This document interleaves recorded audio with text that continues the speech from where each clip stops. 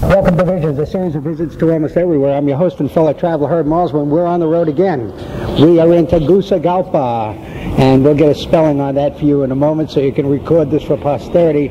We are in Honduras, the city of Tegucigalpa in Honduras, and I guess Tegucigalpa is the capital of Honduras. And we traveled, it is Wednesday, August 21st now, in 1997. We traveled here from Pittsburgh. We left yesterday. It was a 7 a.m. flight out of Pittsburgh. The 20th, we landed in Houston a couple of hours later. We cooled our heels for about an hour, and then we headed for Tegucigalpa.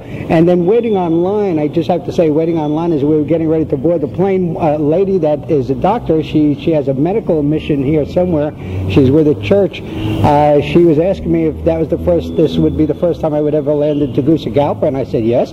She said, well, you're in for a thrill. She says, this is going to be quite a landing for you. And I asked why. She says, well, you know, the mountains and all that. And I know in New York City, where I come from, LaGuardia is a problem because of the bay, and if the engines don't crank up really quick, it's a short runway, you're going to wind up in the drink. And it's happened tragically on a couple of occasions. I think Rikers Island was involved in one of those, but it wasn't for the bay. Something else had happened. The planes do land in the bay occasionally, not being able to get off on time. But in Tegucigalpa, it's a little bit different. You've got the mountain regions, and we're gonna meet our guest in a moment. He's kind of cooling his heels for a moment here. It's about 8 in the morning. When you're coming in, you're coming around into a mountain range. You're at a mountain range, and the plane, the wing on the left side of the plane, you don't look more than it doesn't look more than 500 feet from the plane itself. And then you're coming over houses and farm area, and I mean, you can almost reach up and touch the underbelly of the plane coming in. So it is, and we gave the crew a standing ovation. Just about, well, we were in our seatbelts so we could stand, but a modified, and if we could have stood, I think we would have given them a standing ovation. It was a very exciting landing coming in. And then Continental Airways is right here, right next to our site right now. And I was asking the lady about what about the takeoff? Is it just as much fun as the? She says no. She says, well, you'll see when you go. And I couldn't get to my camera, so I couldn't take a shot. But it was, I mean, we were kissing the treetops over there. And then I found out that Tegucigalpa, Honduras, is one of the 10 most dangerous airports to land at in the world. And knowing that, I would have come here anyway, because we're going to cover a subject this week that I've been looking forward to covering for 2 years, but I would have had a bit of trepidation. But so it's a good thing I didn't find out until Houston what the story was with the landing. We are again in Honduras, in Tegucigalpa. We are going to be covering, and I believe it's the 35th birthday now, perhaps a little bit, if you're a little bit older, the Peace Corps, created by the great John F. Kennedy and his short-term. This is one of the things he created before he was cut down in November 1963. He, in his first year, I believe, he put together the Peace Corps along with Sergeant Shriver and a group of dedicated Americans. They brought together. They wanted to bring industry and knowledge to the world, and the Peace Corps was created. And we're going to get into the Peace Corps a little bit. We're going to first meet the director of the Peace Corps here in Tegucigalpa, and I have your first name is Arnaldo, and you're going to get to speak now, Arnaldo. I thank you very much. And your last name is? My last name is Resendes. Resendes. Okay, I'll remember that. Give us a little background and history of the Peace Corps and the sense that Tegucigalpa gets with the Peace Corps here. Sure. As you said, we're celebrating, or Peace Corps itself has celebrated. It's celebrating its 36th anniversary worldwide. This year, or beginning October 1st, we're actually celebrating our 35th anniversary in Honduras. The first volunteers came here back in 1962. We've had over 4,500 volunteers that have come through over the last 35 years in Honduras. This year, or presently, we have about 200 volunteers in country. We work in the areas of agriculture, water sanitation, micro-enterprise development, health, and natural resources. And as you said, Peace Corps is about bringing friendship. It's about bringing technology, but it's more of human technology, not technology as we call it. Is human, is people-to-people work. And the volunteers are all American citizens that volunteer for a total of 27 months. The 3 months of training in country plus the 24 months of service that they provide. And here we have had a really good rapport with the community, with both the national government as well as the local community. So we have I think we do a very good job here. The volunteers all do a great job. And even more important than that, they also take back a lot of knowledge about Honduras, knowledge about the Honduran community, the Honduran people, and actually, in a way, act as ambassadors to the United States from Honduras when they get back. Are you Honduran? No, I'm a U.S. Citizen. I've been here a year and 6 months now as the director for Peace Corps Honduras. Before this, I was 5 years as director of recruitment in Los Angeles for Southern California and Arizona. So, where are you native to? I mean, where is your homeland? Sure. I was actually born and raised in Mexico. I was about 12 years old when I went to the United States. So I was 12 years in Mexico and about 32 years in the States, and I'm working on 2 years in Honduras. So, and most of the people, the staff here, are Honduran. Mm-hmm. Yeah, we actually have 3 what we call direct hire American citizens, and 27 of our staff are Honduran nationals, and we feel that that's really important because they know the needs of the country.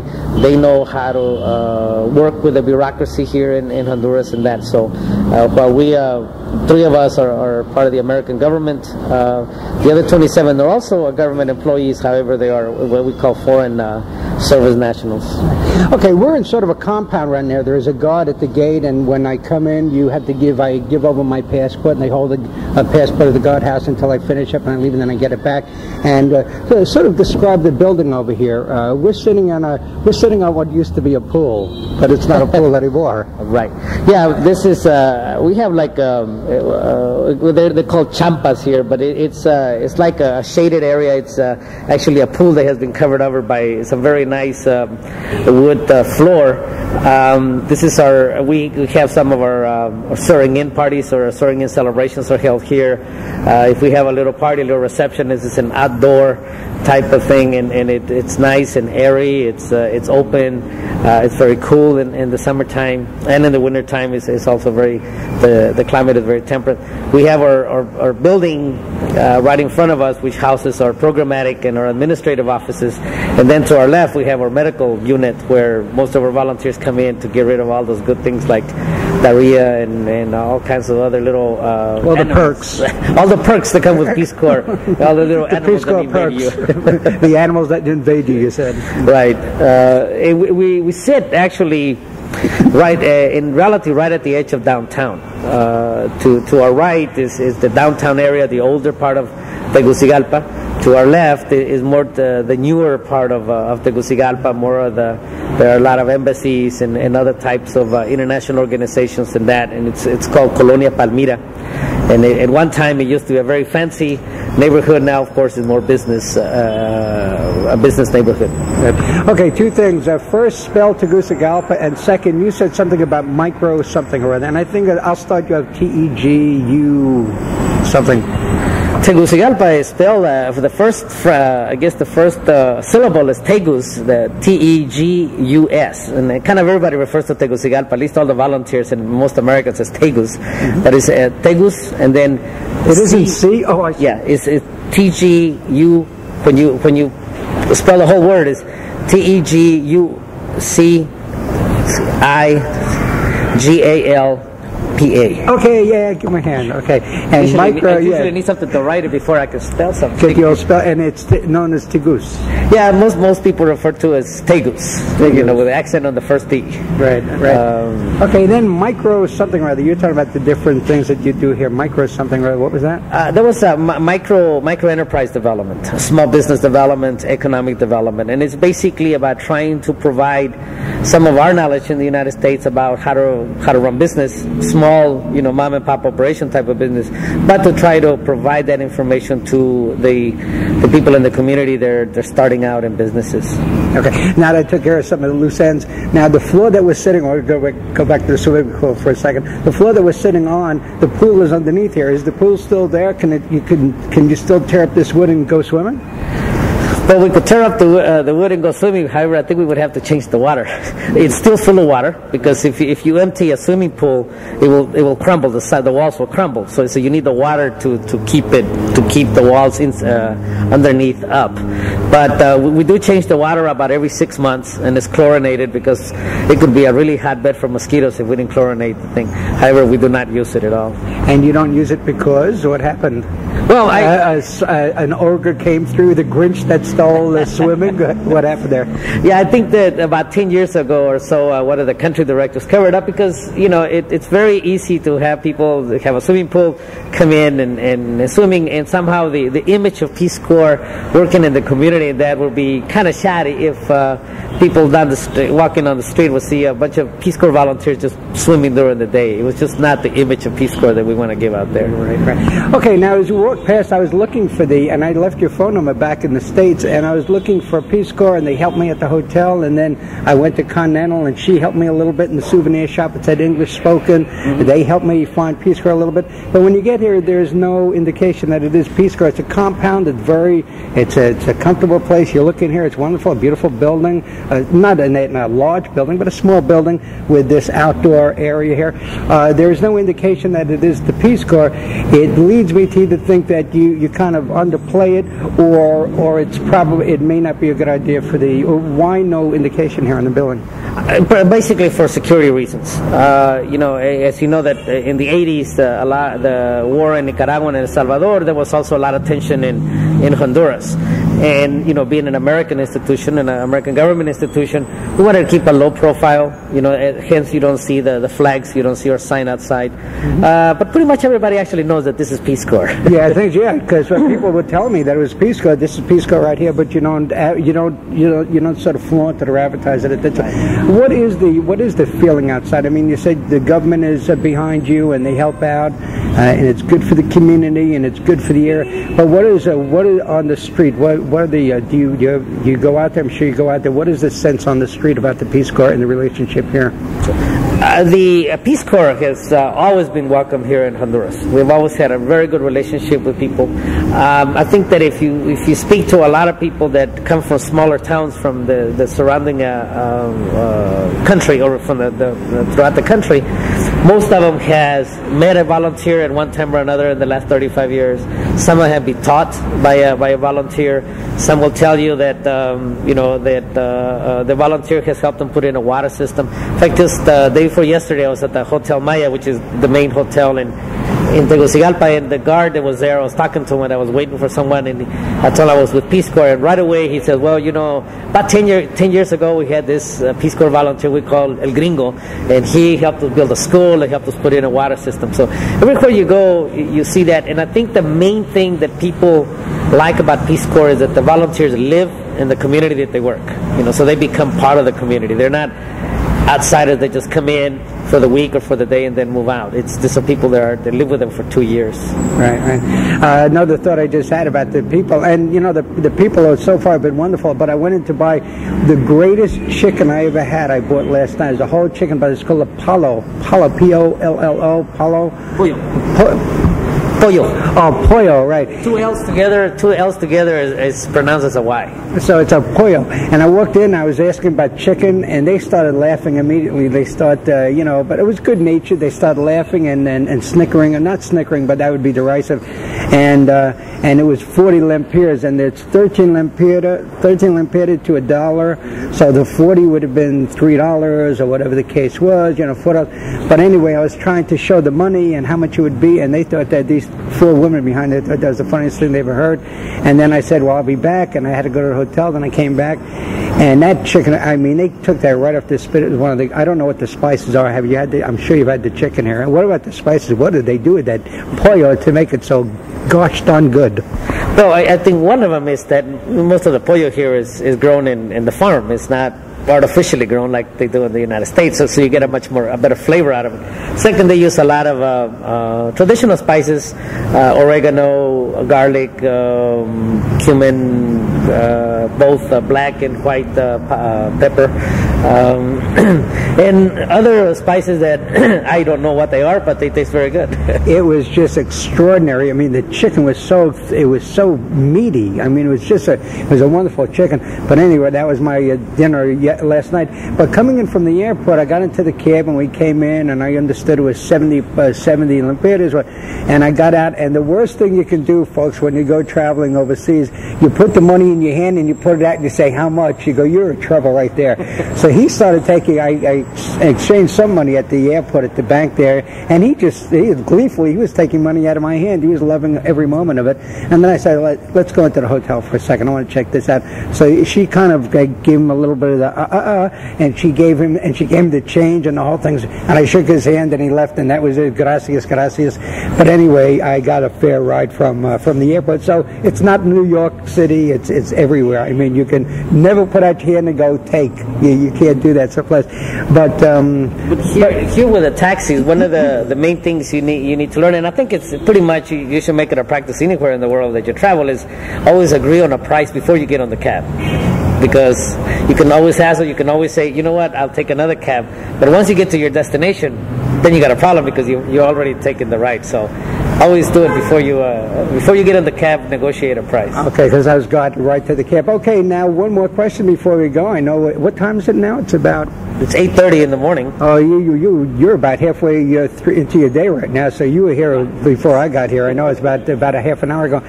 When I walked in here, the guard, as I said, takes your passport, and then you get up on the way out. He's carrying a pretty serious weapon over there, and wherever you look, I went into the bank, which is understandable. There's a guard out there with a very serious weapon. Everywhere you go, they don't look like more than 18 years old, 17 years old. Some of these guys in uniform, some of these people, and they carry weapons that are heavier than them, longer than them, in some cases taller. And in the chicken place, the pollo place, there was a guard. Why this serious weapon? Who are we? What are they on guard for? I mean, what are they expecting to happen? Basically, the reason that they have a lot of weapons is because the resources of the country are such that the police department is very, very, very small. I'm sure you haven't seen a regular police walking or a car. They're not. I mean, so consequently, most of the guards are private guards. You know, it's not like in the United States you call 911, 3 minutes you have a police. You can call here 199, which is the emergency number. It may take a day or 2 days to get a police. Mm-hmm. So everybody relies on private guards. We're, of course, a U.S. government installation, and we are part of the American Embassy, so we use the same guards that the American Embassy has, and hence that's why we have those guards. But outside of here, in fact, I think that the private guard service probably has more police than the police department has. Yeah. And where these weapons come from, you were saying that the weapons are not homegrown, all of them. Oh no, I don't think there's a gun manufacturer in town. A lot of the weapons, of course, are left over from the war in El Salvador and Nicaragua, so consequently you have a lot of AK-47s and a lot of Uzis, you know, so when you see them, you know, now it's a wonder how many actually have bullets. Mm-hmm. You know, we kind of wonder about that sometimes because, you know, again, the resources are so small in the country that they just don't have, you know, the police force that we're accustomed to. Yeah. Is this a dictatorship here? How does that break down politically? And I know there's an election going on right now, campaigning. No, there has not been a dictator here, I believe, for the last 15 years. It had free elections. We're currently going through an election that will be held on December 1st. Mm-hmm. And it's the National Party and the Liberal Party. The Liberal Party is in power right now. The president serves for 4 years but does not get reelected. So there will be a new president come February 1st, but the election itself is November 30th. It's a free election all the way from mayors up to the president. And what is the length of service for the president? For the president, 4 years. Again, with no re-election. There's no re-election, so it's just 4 years. Then a new president has to come in. Right. You're talking about we're going to finish up in a second. You're talking about the economy. There are a lot of people selling on the street. A lot of. I mean, I bought from a child yesterday. It looked like a tortilla sort of thing, a flat sort of like a crepe. And I already had the chicken, and I said, well, so I just took one limpieta, and she was so sweet, and I just walked over and I said, let me take, because I would really like to support her a little bit and help her out today. A lot of people selling candies and things on the street. I mean, there's an awful lot of poverty here, is there not? Well, unfortunately, yes. Something like 70% of the population of Honduras lives below poverty guidelines, and about 40% live in absolute poverty. And absolute poverty is basically defined as someone who lives under $1 a day. So about 40% of the population actually live under $1 a day. I think it's beginning to get better. The economy is getting better. It still has probably this year about a 16% inflation. They have some growth. Of course, they have a population growth that always impacts the economic growth of a country. But there is a lot of poverty. There's a large sector that's outside of the regular economy, and those are a lot of the street vendors, people that try to make it one way or the other, and they sell whatever that they can get their hands on. What does that do for the Peace Corps? I mean, you're depending on the economy as well as the resources here. How does that affect your work here? Well, it really doesn't affect the work. It just makes the work a lot harder, of course, because of such a high percentage of poverty. But indeed, we are about working with the poorest of the poor, and so our volunteers work right alongside with the people at the community level with the poorest of the poor. So, we don't use outside resources. We try, we will when we can get them. But our thing is mostly people to people, trying to transfer our knowledge to someone else. What is the future of the Peace Corps here? What is the 37th anniversary leading up to? When is the anniversary? What's the date? Well, October 1st will be our 35th anniversary. 36th or 35th? Peace Corps worldwide is 35th. Got it. Honduras, it's 36th worldwide. 35 years in Honduras as of October 1st. Where are we going to be, let's say, in the year 2005? Probably we'll still be here. We would hope that we wouldn't have to be here, because part of our job would be to work ourselves out of a job, that we provide a certain amount of assistance and we're no longer needed. The way the economy is here, and Honduras is the third poorest country in the Western Hemisphere, we're going to be around for a while. It looks like we will continue to do what we think is successful, which is the people-to-people transfer of knowledge and technology. Yeah. Will the pool ever? And I think of It's a Wonderful Life with James Stewart when they're dancing at the gym, the prom. The prom, was that the prom? Yeah. And all of a sudden, some wise guy opens up hits the switch, and the dance floor opens, and they wind up in the pool. Will the pool ever be open sometime late at night swim around? I mean, is there anything planned, or this is going to be it? No, the pool will remain covered. I always get that question asked by every volunteer that gets into the country. When are you going to open the pool? I say, we're not. Right. Okay. How many Peace Corps installations are there around the world now? Currently, we have 87 countries in the world: Africa, Eastern Europe, Asia, the Pacific, as well as the Caribbean and the Latin America. Right. Arnaldo Resendes. I thank you very much. Anything to close with? Anything you'd like to say? I can't. I know we're going to be busy here this week getting to some of the sites. But we really don't have that nailed down exactly what we're going to be doing this week. Anything to add before we shut tape? Well, only that I think that even though Honduras is one of the poorest countries in the Western Hemisphere, it's also one of the most beautiful countries in the Western Hemisphere. There's a lot of areas to visit, places that still have not been touched by modernization, and that is always it's really pretty, and it's also one of the best beaches in the world. Really, how far are we from a beach? About 4 hours, 5 hours. Well, I won't get those seashells. Okay, then on the other side, I just want to say before, talking about the cab driver, everybody else was, I mean, the lady at the hotel, and I mean, they've just been really generous and a pleasure to work with. And CNN, I get CNN over here. Of course, you get CNN everywhere. And then I was watching little Here's Lucy last night, and sometimes they're dubbed, and sometimes they have the subtitles. So, they a little bit for everybody. Everybody gets to enjoy television. We've got the cable here and the whole thing, so it's great. Arnaldo, thank you very much. And just beyond this, I guess the next time we go on the air, we'll be with at least one guide, I guess, that's going to be working with us here this week. And we'll be here. Our last full day will be the 26th of August, so we'll be here for a week. Arnaldo, in this beautiful setting, the sun is out, and it's about 8:40 right now. You have a beautiful breeze happening here. It looks like we're in for a beautiful summer day here today. I thank you very much, sir, and thank you for your graciousness this morning and throughout. Matter of fact, I've known about you for a couple of years, but we first spoke. I called you from the States last week, first time we spoke, and of course Brendan Daly and then Patty, and I forget her last name, and Gabby Bozier, who first set this up. She's no longer with the Peace Corps. But I thank everybody, and we'll begin by well, again, thank you, sir. We're going to shut tape now, and I guess we've covered everything. Looks, I think we've covered almost everything.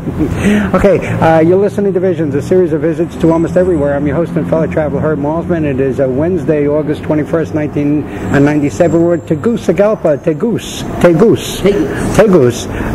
Honduras. We're going to be spending a week here with the Peace Corps. And I don't know what the sound we're hearing, and it sounded like a siren at first, but it isn't. We're here in the Peace Corps compound. We'll call it a compound here. Yeah, that's an apt description, I guess. Let's cut tape now, and I don't know what's happening beyond this cut, but something will be there. As a matter of fact, instead of cutting, we're gonna kind of fade out on people going to work here and very busy on the street there. Let's kind of fade out, and then we'll see you behind the fade. So again, you're listening to Visions, a series of visits to almost everywhere. I'm your host and fellow traveler, HernÃ Malsman. Thank you. You're listening to Visions, a series of visits to almost everywhere. I'm your host and fellow traveler, Hernã Malsman. We're in Tegucigalpa, or as we'll call it for the week, Tegus, Honduras, where we're going to spend a week with the Peace Corps. It is Wednesday, August 28th, 1997. We have a volunteer with us, Yolanda. She is rushing. She is going to be going someplace to pick up a friend and meet a friend. A little background, Yolanda, how long you here? Where are you from? Where are you going? What's your expertise? And why did you get involved in this? And any of that, it will be fine first. Okay, let me see. I'm down in the south right now, in southern Honduras. It's a small town called Namasigüe. Let me see. I'm from LA originally. Where am I going? Well, my friend's coming in, so we're going to go on vacation. We're going to go up to Trujillo, which is up on the north coast. And then from there, we're going to go out to the west in Copan, which is where all the ruins are. And then from there, we're going to go into Guatemala, because it's right at the border, Copan to Guatemala. And we'll probably go into Antigua, and then I'll fly back. But what about the ruins in Copan? The ruins are always great, but what makes do these ruins stand out from other ruins? Yeah, this was they said the Paris of for the Mayans out in Copan. So it's a lot more intricate, the ruins there, than they are in other places. Because I've also been up to Chichen Itza, which is in Mexico, and although the pyramids there are much bigger and seems to be much more, there's a lot more art involved in the stuff in Copan. Mm-hmm. What made you get involved in the? You're of Spanish descent, would that be right? What made you get involved? Did you want Honduras? What made you get involved in the Peace Corps? What was your motivating factor here? Peace Corps, I thought, was something that not very many people do. It was just something different, and I've always been involved in service for a community and stuff, and I just wanted to try it outside of the United States. I wanted the experience of living outside of the United States. Originally I was supposed to go to Sri Lanka, and they ended up sending me to Honduras. They told me I should wait because I speak Spanish fluently, and it was just, I guess, better for Peace Corps more than me. Yeah, hardly anybody on the street that I met so far, and I speak no Spanish, so hardly anybody on the street speaks English. So you translate as well. So you're going to be here for 27 months. How much time do you have in now?